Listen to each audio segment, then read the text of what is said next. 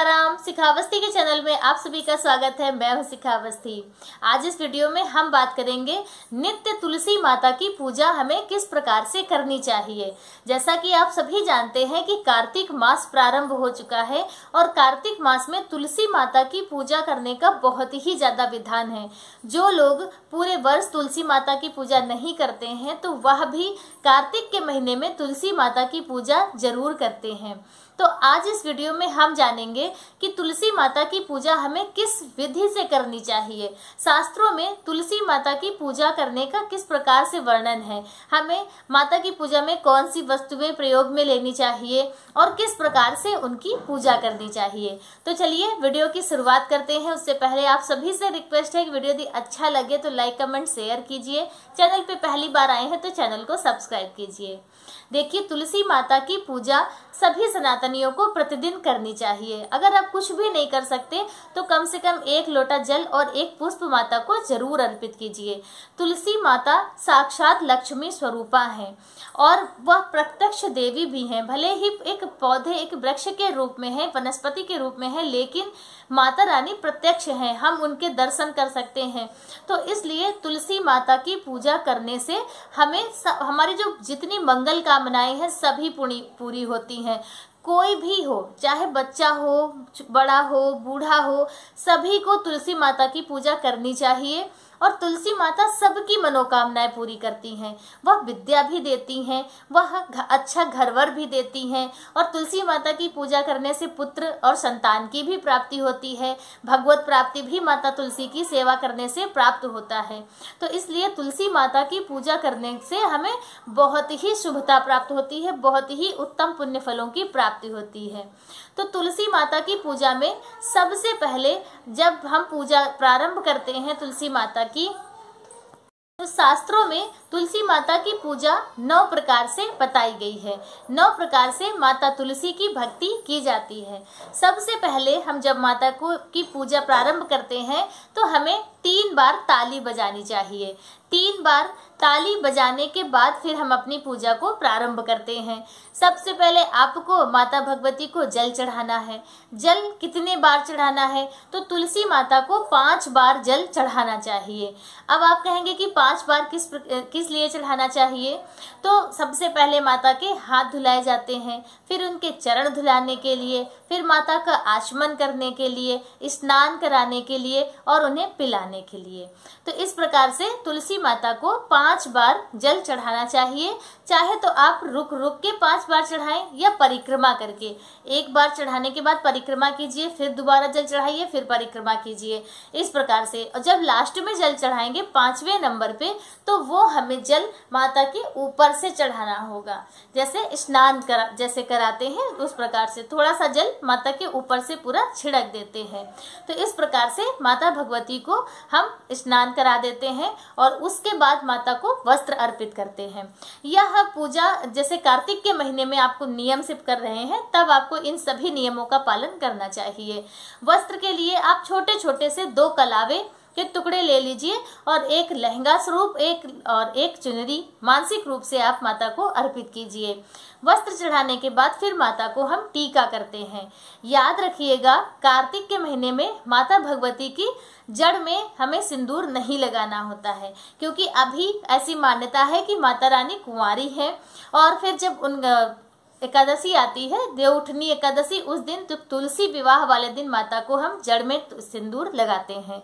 तो माता को सिंदूर आप नहीं अगर अर्पित करते हैं तो जड़ में ना लगाएं, उनके गमले में कहीं लगा दें या उनकी पत्ती पे लगा दें। इस बात का ध्यान रखिएगा। और चंदन टीका कर देते हैं माँ भगवती का, पुष्प अर्पित करते हैं, धूप दीप दिखाते हैं और धूप दीप दिखाने के बाद उन्हें उनका भोग लगाते हैं। तो भोग आप ऐसे भी लगा सकते हैं। और यदि ठाकुर जी की मंगला कर रहे हैं, क्योंकि कार्तिक के महीने में कृष्ण जी की ठाकुर जी की मंगला का भी बहुत ज्यादा महत्व है। वृंदावन के सभी मंदिरों में ऐसे चाहे वर्ष भर ना होता हो, लेकिन कार्तिक के महीने में प्रत्येक मंदिर में ठाकुर जी की मंगला जरूर होती है। तो यदि आप भी मंगला कर रहे हैं, कार्तिक के महीने में नियम लिए हैं आप, तो जो भगवान ठाकुर जी की मंगला का भोग है वही हम तुलसी माता को अर्पित करते हैं। तो इस प्रकार से माता रानी को हम भोग लगा देते हैं। भोग लगाने के बाद फिर परिक्रमा की जाती है। परिक्रमा करने में ध्यान रखिएगा, क्योंकि सुबह सुबह पूजा करते हैं हम लोग तो अंधेरा रहता है, लाइट भी जलाकर पूजा करते हैं, तो माता की जो परछाई है उस पे आपका पैर नहीं पड़ना चाहिए। इस बात का विशेष ध्यान रखिएगा। यदि परछाई आ रही है तो आपको उतनी दूरी तय करके ही परिक्रमा करनी है। तो माता की परिक्रमा करेंगे। परिक्रमा में आप जितनी आपकी सामर्थ्य हो, 5, 7, 11, 21, 51, जिस प्रकार से आपके पास समय हो और जितना सामर्थ्य हो उस प्रकार से आप परिक्रमा कर सकते हैं। अब परिक्रमा करने में एक प्रश्न यह भी हो सकता है आप सभी का कि किस चीज से परिक्रमा करें। तो आप पुष्प से भी परिक्रमा कर सकते हैं, मिश्री के दाने से परिक्रमा कर सकते हैं। अगर मेरी माने मतलब हम जैसे करते हैं तो हम जो जौ आता है, ज्वारे जो बोए जाते हैं उसमें नवरात्रि में, तो उन्हीं से हम माता भगवती की परिक्रमा करते हैं। तो इस तरह से परिक्रमा करते हैं। अब जैसे बहुत से लोग का यह भी प्रश्न होता है कि माता जी का जैसे गमला है तो वह दीवार के पास में रखा है, तो वह गोल गोल परिक्रमा नहीं कर पाते हैं। तो उसके लिए भी है कि आप जहाँ पर पूजा कर रहे हैं उसी जगह मानसिक रूप से थोड़ी सी दूरी बना के आप एक चक्कर लगा के माता भगवती को पुष्प अर्पित कर दीजिए, फिर दूसरा चक्कर लगा के फिर अर्पित कर दीजिए। तो इस प्रकार से भी आप परिक्रमा कर सकते हैं, उसमें कोई परेशानी नहीं, आपको वही पूर्ण फल प्राप्त होगा। और यदि हो सके तो गमला आप अपना उठा के 1 महीने के लिए ऐसी जगह पर रख लें जहाँ पे आप अच्छे से पूजा भी कर सकें बैठ के और परिक्रमा भी कर सकें। तो जिसमें आपको सुविधा हो आप उस प्रकार से कर सकते हैं। तो इस प्रकार से माता भगवती को हम परिक्रमा करते हैं। परिक्रमा करने के बाद फिर स्तुति करते हैं। अब स्तुति में आप माता तुलसी की चालीसा का पाठ कर सकते हैं, और जैसे कार्तिक महात्म्य सुनने का नियम है वह भी आप वहीं पर बैठ के सुन सकते हैं, कार्तिक महात्म्य भी या पढ़ सकते हैं। और बहुत से लोग कार्तिक के महीने में जो लोक कथाएं होती हैं, कहीं सुनी जाती हैं कथाएं, तो वह भी एक गणेश जी की कथा और एक माता तुलसी की कथा वह भी सुन सकते हैं। और या अगर आपको आती है तो आप अपने आप से कर लें, या फिर नहीं आती है तो आप मोबाइल पे चलाकर भी सुन सकते हैं। मेरे भी चैनल पे है और भी लोगों की है, आप जहां आपकी आस्था हो श्रद्धा हो वहां सुन सकते हैं।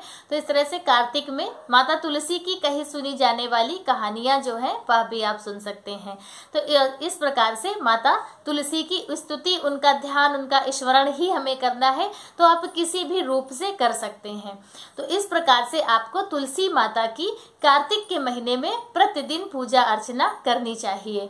अब इन नियमों में जैसे आपको कोई नियम थोड़ा सा बड़ा लगे, ज़्यादा समय लगे, तो आप उसे छोड़ सकते हैं। और यदि हो सके जितना बताने में समय लग रहा है उतना करने में समय नहीं लगता है, जल्दी जल्दी से हो जाता है। तो आप चाहें तो 1 महीने की बात है, आप माता भगवती की इस प्रकार से पूजा करें और उनकी पूर्ण कृपा प्राप्त करें। तुलसी माता सभी की मंगल कामनाएं पूरी करती हैं। बच्चा, बूढ़ा और बड़ा सभी लोग माता भगवती की पूजा कर सकते हैं और सभी की माँ भगवती कृपा करती हैं। तो आज का वीडियो मेरा बस इतना ही। एक और विशेष बात याद रखिएगा कि तुलसी पूजन में हमें इन बातों का विशेष ध्यान रखना है कि एकादशी वाले दिन आपको तुलसी माता में जल अर्पित नहीं करना है। रविवार वाले दिन आपको ना तो माता तुलसी को स्पर्श करना है, ना तुलसी दल तोड़ने हैं और ना ही उन्हें जल इत्यादि देना है। यह 2 बातें विशेष ध्यान रखिएगा।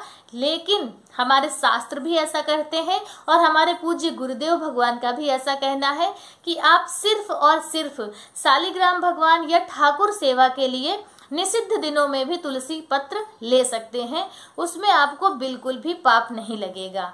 तो इन विशेष बातों का ध्यान रखें। आज का वीडियो मेरा बस इतना ही। वीडियो मेरा कैसा लगा एक बार कमेंट करके जरूर बताइएगा। मिलते हैं दूसरे वीडियो में किसी दूसरी जानकारी के साथ। तब तक के लिए श्री सीताराम, जय तुलसी माता।